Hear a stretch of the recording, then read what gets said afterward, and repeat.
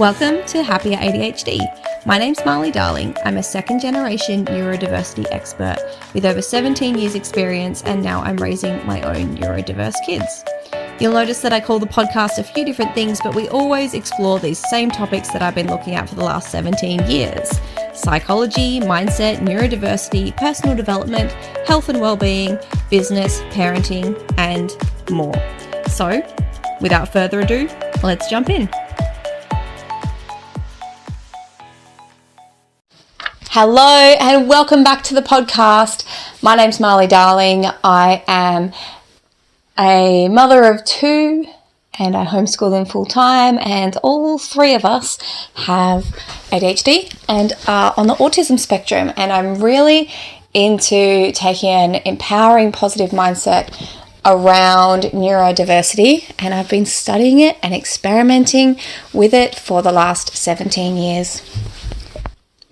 On my mind this week is how to live a good life. There are a few things that happened this week that's really put this on my mind, and I've got two stories to share with you. One of them has a bit of a trigger warning. I found myself in a rip in the ocean and I was in danger. So that story is coming up soon. First though, the breakthroughs of this week. In other news, this week has been pretty good. Last night, my children were ready to go to bed at 8:20 instead of it creeping up towards 9 o'clock. And my eldest daughter came to me and said, I'm ready for bed. So that was lovely and relieving, that I felt like this basic thing wasn't going to be a battle or something I had to push to make happen. So that was really lovely. And the other thing that happened this week was that tortoise mindset. My word of the year is tortoise, and that's about progressing forward but not in a rush. And I found myself leaving the house. I was in the car already and I was starting to stress about where we're going, but I noticed myself and I took a breath and I switched to a better mindset. There was no need to be stressed. We were going to do something fun, and just like that, I had really embodied that tortoise attitude, which I'm proud that I could do that once I was already starting to feel that stress. The other breakthrough that's happening, actually, so there's 3 this week, is that I've been waking up to my 7 o'clock alarm, and I woke up before the children on one morning, and they woke up soon afterwards, but just to wake up and know that there were no demands on me just for a little bit was really relieving, and I'm really proud of myself. There was one morning that I didn't let myself lie back down. I sat up when my alarm went off to wake myself up properly. So those are my breakthroughs. The struggles this week, there haven't been that many, because those are the things that we've been struggling with lately, is the sleep, the routine, the stressing to get places, and those things have been shifting. Even the kids doing their schoolwork, they've been getting back into that with a little bit of reward of tech afterwards, but that doesn't always work. So I'm really happy to see my older daughter come to me and say, I'm ready to do my schoolwork now, Mum, because she knows that she can have that tech time afterwards. But like I said, it hasn't always worked, so I'm very, very glad to see that it's working. So really the only thing that's been a struggle this week, I guess, is that thing that's been on my mind, balancing stability and routine versus leaping into life. And on the other way to look at that is these impulses I've been getting this week, kind of, whether they are impulses, whether they're a more manic sort of energy, or whether I've just been woken up and freed from some of my anxiety. So I'll get into that. I'll explain a bit more with the story soon about that rip and my experience. But first, a little hack, and my hack this week is a very basic one. It is having a sunrise alarm. I love my sunrise alarm. It's a great way to wake up. I initially got it because my alarms were waking up my kids as well, and I didn't want to wake up early if I was just going to wake my kids up early. So a sunrise alarm works by turning a light on, and it doesn't just come on instantly, it comes on gradually, which is a nice natural way to wake up. And it can have sounds as well, so I've got gentle sounds of bird song that help wake me up, and they don't wake my kids up. So that's my little hack. They are great. I've got the Philips one, and I love it. Okay, so my story this week. I went swimming. I was in the water with my daughter, who is 7, and she had her life jacket on. Usually she just has a swim vest, but luckily I had just bought her a life jacket, and my kids like to swim in life jackets, which I always thought was a bit funny, but I definitely will not scoff at anymore. I don't actually scoff, it's just a saying. And we were just at our usual beach, just swimming in the water. And when I say swimming, I always make sure I can touch the ground, because I'm a weak swimmer, which can be related to neurodiversity. Often there's weak muscles, low muscle tone, and hypermobility in the body, and I've just never been great at swimming, so I always make sure I can touch the ground, and I'll have a little swim and then I'll stop. And on top of that, I've got a shoulder injury as well, so I'm just not a strong swimmer. But my daughter and I were jumping over these big waves, and it was fun. The waves were lifting us up, and we could feel the force, and it felt so free, and it was really, really lovely. I was so happy, having a really good time out there with my daughter and spending some special time with her. And then all of a sudden, I couldn't touch the ground. And that started to worry me. I thought, okay, I better get back where I can touch the ground, because I can't keep myself afloat for very long. And then I realized it wasn't working. I was not moving forward. I said to my daughter, we need to get back to shore now. I'm starting to freak out. I can't touch the ground. And she was clever and informed enough to start blowing her whistle. I started calling for help, so she blew on her life jacket whistle, which I'm very proud of her for that. But I realized we weren't getting any closer to shore, and it was terrifying. It would be one thing if it was flat water being stuck in a rip, but there were waves coming. Every couple of seconds I had to brace myself for a wave coming, and not necessarily splashing over me, but that movement of being pulled up and pulled down and having to make sure I'm holding my breath and trying to stay up above water. It was scary, and I knew that I was in danger in that moment. I was a weak swimmer. There was my daughter with her life jacket, so I was trying to put a little bit of my support on her so that I could stay above water, but I didn't want to grab onto her because I didn't want to pull her under. So I was just flailing, and I realized this all happened in a matter of minutes. It was so quick. But I just went into that instinctual mode and realized there were these rocks to the side. We had to swim sideways and get to the rocks, otherwise I wouldn't be able to keep myself above water. And that was an absolutely terrifying thought. So we swam over. Like I said, I'm a weak swimmer, so all I could think is get to the rocks, get to the rocks, get to the rocks, and then suddenly I found that my foot was on the rocks. I just had to reach forward and grab onto them. I turned around, my daughter was coming as well, and I helped her up onto the rocks. And there were some kids there who checked in on us. There were some women that came over, and we had a couple of scrapes, but overall we were just happy to be out of there. It was a very scary experience. My older daughter was watching from the rocks there, and she didn't know what to do. That would have been scary for her as well. And when I was on the beach, a lady came over, said it had happened to her not long before as well. It turns out that that spot on the beach is known for creating rips. Rips can be formed really suddenly on you. I think that's what happened. We felt as the waves were getting stronger. Apparently they dig out the sand and then a rip gets created. And hopefully there's going to be a talk at the council to see about putting a sign up to warn people, because that's terrifying that something like that can happen, not just to one person, but happen repeatedly to different people who just aren't aware. So I made sure to inform the people that I could.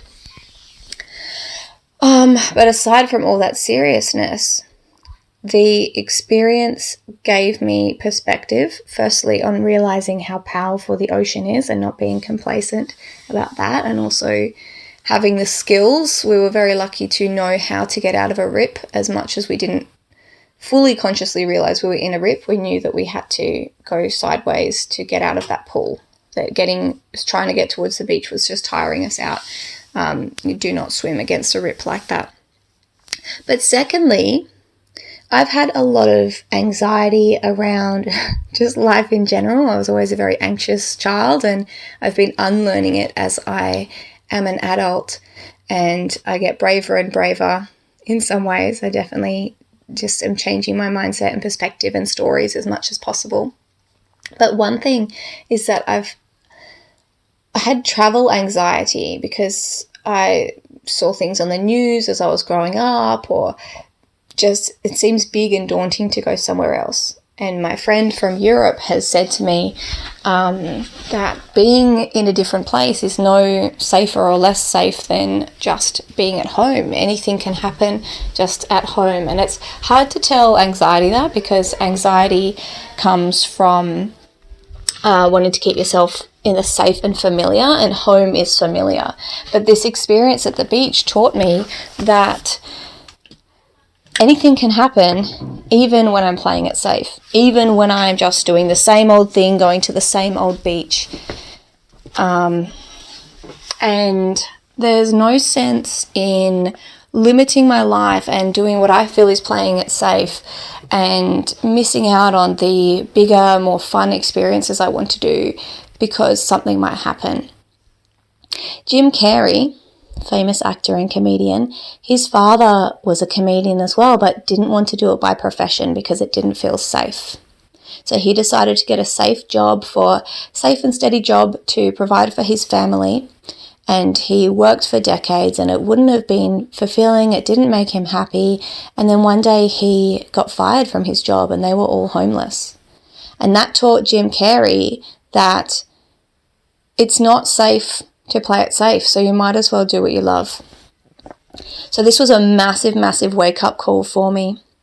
And this week has been really interesting because as much as I've tried to be grateful for my life and tried to tweak things and tried to be brave and make plans, I do tend to put them off. I do tend to, I'll put it into the positive. The way I felt this week is deeply, viscerally grateful. Grateful for my friends, grateful for the weather, grateful for where I live. It's just woken me up and put me in a more mindful perspective. When you're mindful, you feel so much more connected to the world. You see the colors are brighter. You're just paying more attention. You're in less of a daze. And I also feel less fearful.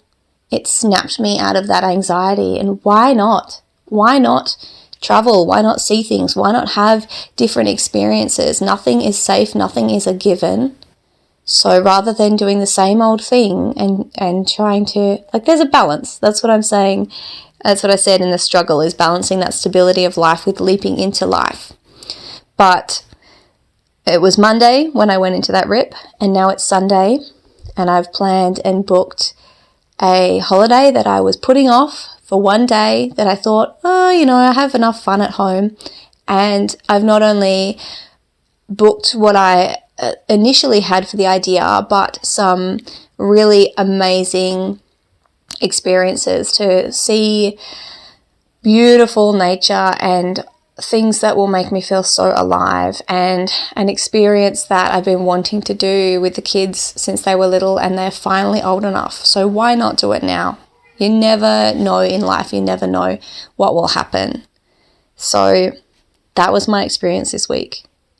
And as scary as it was, and as much as I will do everything I can to never, ever, ever be in that situation again, I am grateful for the things that it has taught me and woken me up to.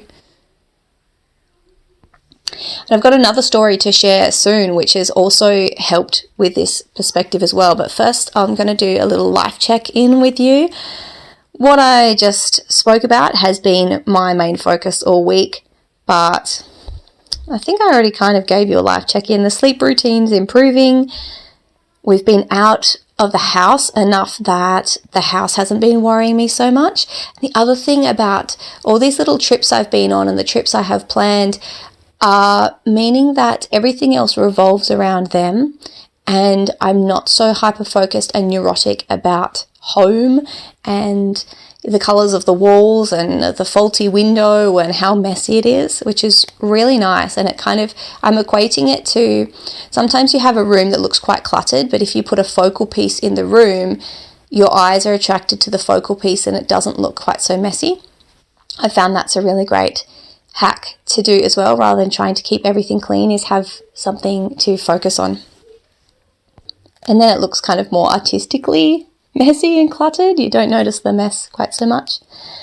In exercising, I've been really good. I did resistance exercise 3 times this week and treadmill probably 3, and I've been training up my ability to jog.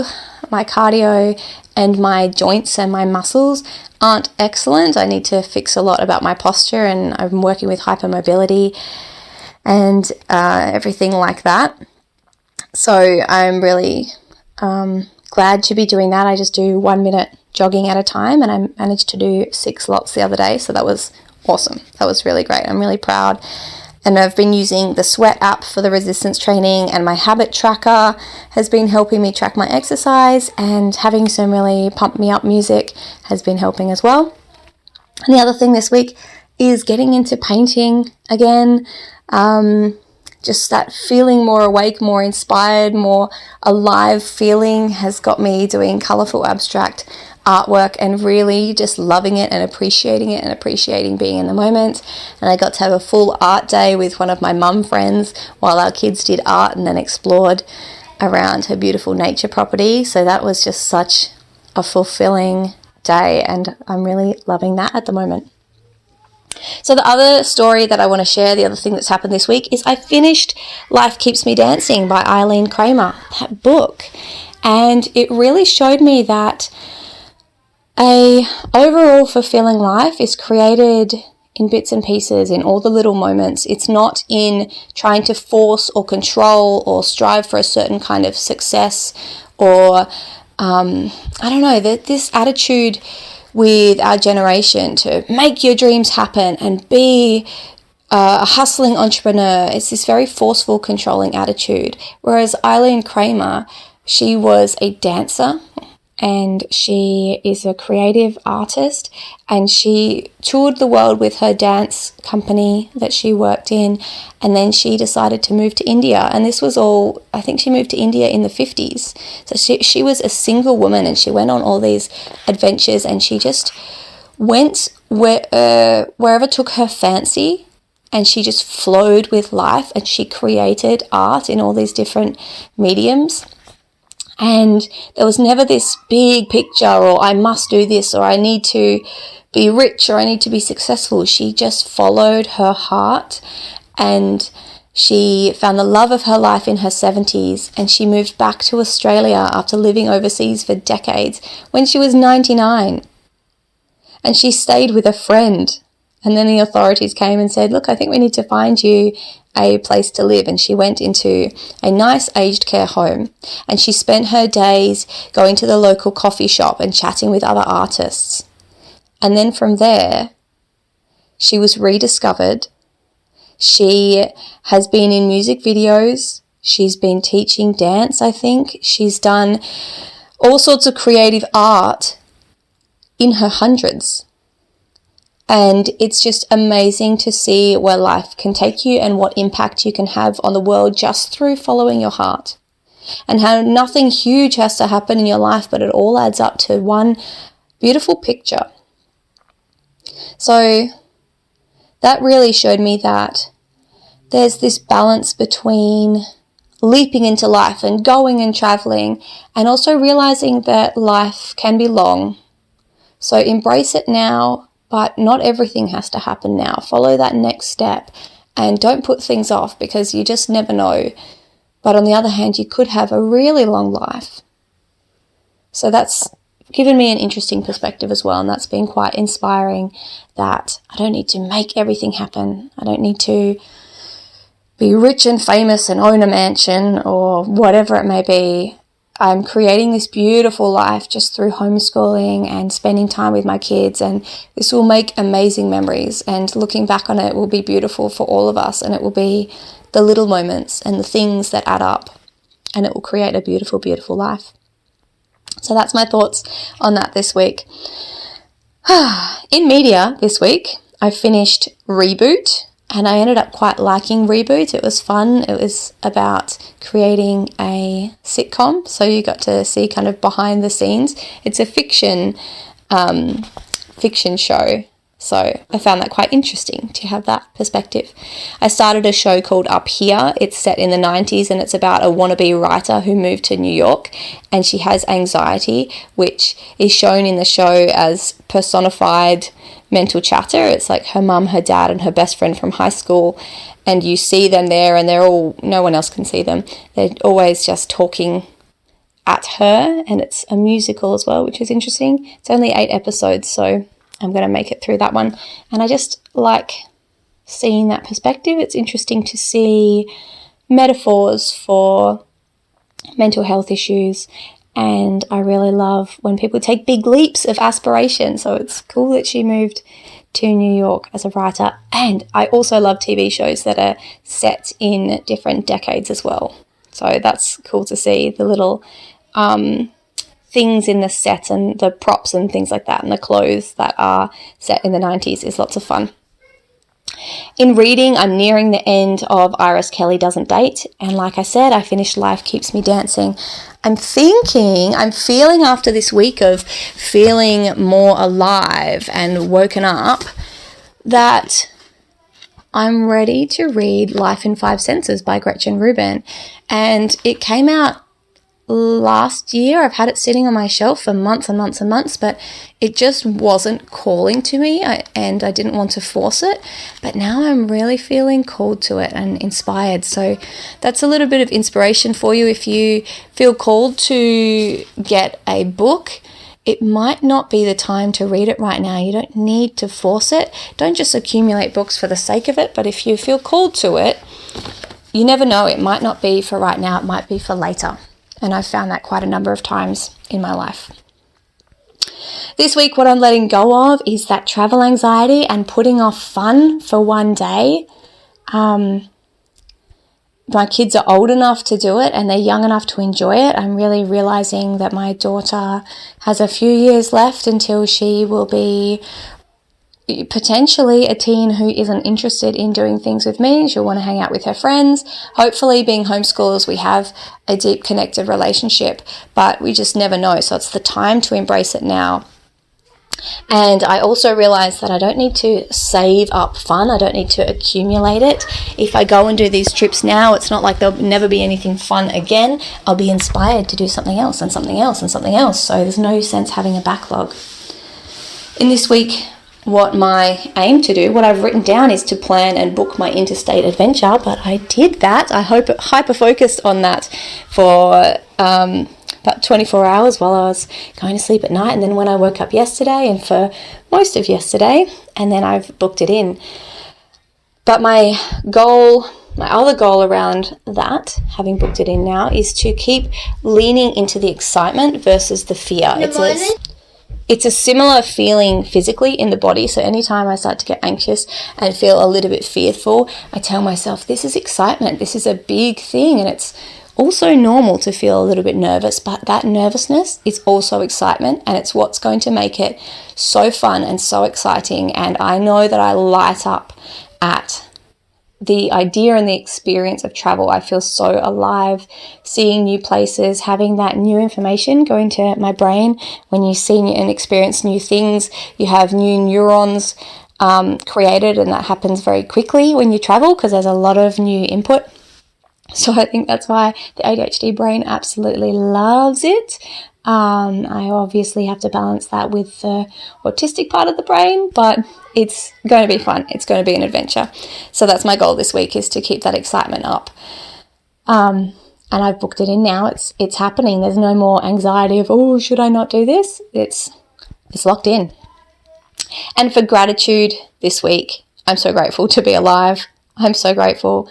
I'm grateful for everything I have in my life, for my friends, for the freedom of this life that we're living as homeschoolers, for beautiful nature everywhere, especially when I get to go fully into the forest or near a river and really experience and love it. I'm grateful for my home, even though it's not perfect. Before, I think it was before I got stuck in the rip, or around that time, maybe after it as well, I started looking at a lot of dopamine decor on Instagram and realizing that, hey, I could make my house really nice. Even though I don't want to stay here long term, there's nothing stopping me. I could paint some walls. I can change the decor. I could do that if I wanted to do that. I have a tendency to put it off because it's not my long-term home, but there's a bit of a balance there. I can change a thing here or there, or I could just go all in. But yeah, that's been an interesting thought as well. But I appreciate my home as it is as well, especially going to spend so much time out of home this year with like 10 or 12 little getaways. It means that when I come back, I feel refreshed. I feel less annoyed and attached and, like I said, neurotic about all the little things that you can get quite stuck in when you spend a lot of time at home. So I'm just appreciating it as it is and knowing that I can be creative with it and change it if I decide to. And I'm grateful for adventures that we get to have. I'm so grateful for my kids and that they're healthy and well and creative and curious. And like I said, just being alive is an absolutely beautiful gift, and I'm not thinking too much. I thought a little bit at the time that I seriously could have been unalived the other day, but I breathed through it. I told myself I'm fine now, we're okay. It was a little bit of processing, but I know how to process trauma, thankfully, and I'm not allowing myself to relive that moment too much because that can create PTSD. So I'm not suppressing it, but I went through it in my head a few times while I breathed, while I spoke to my amygdala and calmed it down and rationalized, and know that I will take steps to prevent it in future. So yeah, that's been my week for this week, and hopefully that's been inspiring and informative in some way, not too triggering or scary. And I am very excited to chat to you in a week and let you know how everything is going. So have a beautiful week, and I'll talk to you then. Bye. So you've got neurodiverse kids in your life. You've probably noticed that they don't respond well to traditional parenting techniques or discipline or ways to get them motivated or to comply. Maybe you're tearing your hair out with stress and the same old struggles and fights and arguments every single day. Or perhaps you're feeling completely lost because you've tried absolutely everything and it just doesn't seem to work. These kids do not respond to behavior charts. They don't respond to power being asserted over them. What these kids need is something completely different. And what I'm going to suggest to you is you actually stop trying to change them. If you do what you've always done, you'll get what you've always got. And you cannot change these children. You cannot control their behavior. But if you change something around them, you change their environment, you change how you act, it will change how they react. It will change how they respond. If you change something, then no longer will you be stuck in this cycle of doing what you've always done and getting what you've always got. And those traditional methods do not work. So stop wasting your time and energy on them. I know you're looking for a solution and you feel like it's just not possible anymore, but let me tell you, I was in the exact same boat, and then I realized what we need is to do something radically different. My approach is to change the environment around them and to change how you interact with them, and that will have the biggest impact. It'll stop you feeling like your head is butting up against a wall, and it will start actually creating change with less effort. I believe in small, easy to implement shifts that create big change.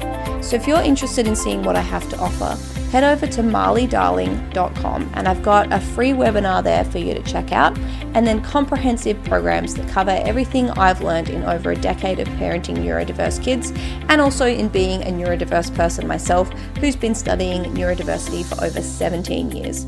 I'm here to help you. I'm here to give a different approach, and I wholeheartedly believe that we need a radically different approach to support these children, to empower them to live the best lives possible, and to give you a bit of a break as the parent. So head on over to marleydarling.com where you can find some free resources and maybe check out my comprehensive programs if you're ready to see a massive difference in your life through just some small shifts. See you there.